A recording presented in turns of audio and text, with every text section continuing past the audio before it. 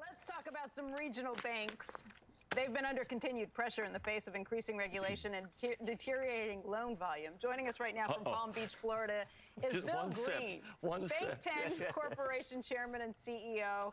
And Bill, thank you for joining us this morning. Well, I'm glad to be here. Thank you for inviting me. You know, we've been talking about some of the smaller banks all week long. Jimmy Dunn was with us earlier this week, and he thinks that you're going to have 8,000 banks going to about 4,000 because of mergers and acquisitions related to more regulation. What do you think about that? I think there's probably a lot of truth to that. I know Jimmy well. By the way, Bob, Jimmy Dunn and Seth and I are waiting for you on the first tee at Seminole. Get down here, it's 81 degrees. I'll be there right away. Okay. Just stop and think about this. In 1990, there were 15,000 banks in America. Today, there's 7,364. As you continue to have the crunch on community banks with all this overregulation, obviously, you have directors of various community banks and aging management that's has a high anxiety level. And so they're sitting around thinking, well, there's a new threshold, $1 billion. If you're not $1 billion, boy, you're not going to make it because you can't handle all the regulations and you don't have the legal staff to take care of you. So if you're, stop and think about this, 91% of the banks in America today are under $1 billion. You have 7,364 banks, 6,000 are under 500 million. Wow. So if you stop and talk about, well, what's going to happen to them, and they have to be at $1 billion, you got 6,000 banks sitting out there thinking, oh my gosh, what are we going to do next? So there's a lot of pressure on M&As right now. I don't think in the low earnings period you have, you'll see many in 12. 13, 14, and 15, as we begin to come out of this, I think you'll see that speed up and heat up.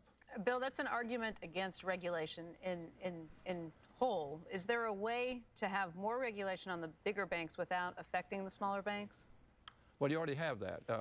In the Dodd-Franks bill, it really is the Dodd-Franks Wall Street Protection Act and Consumer Protection Act. And it was passed mainly for the larger banks on Wall Street. Let me give you another statistic that's interesting. With the 7,364 banks, 4 banks in America control 40% of all assets.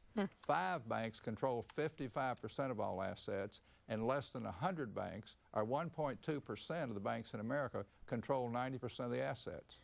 So is it what you have... Yeah, is it your concern, though, that by not having these smaller banks, there is a population that is debanked, that there are people who can't get a loan, who can't go in and find a bank? No, I'm not. Well, yes, that is my concern. As a matter of fact, 76% of all people in America are employed by a small business. And those small businesses, the smaller banks, what we call independent community banks, make 40% of all loans to small business, and they're only 10 or 12% of the total banking assets, and 61% of all loans under $1 million are made to small business from these 6,000 banks. So I guess if there's a message that there's a concern about this, do you think it's one that's being heard by Washington right now? No, I don't. As a matter of fact, Washington seems to have the mindset that one size fits all. That couldn't be further from the truth. Our model in independent banks and the model used on what I call transactional Wall Street as against relationship Main Street is totally different. There's no way rationally that the regulators should consider one size fits all. Just doesn't make sense. Bill, I want to thank you very much for your time today, and we hope to get to see you back here again soon. Thank you.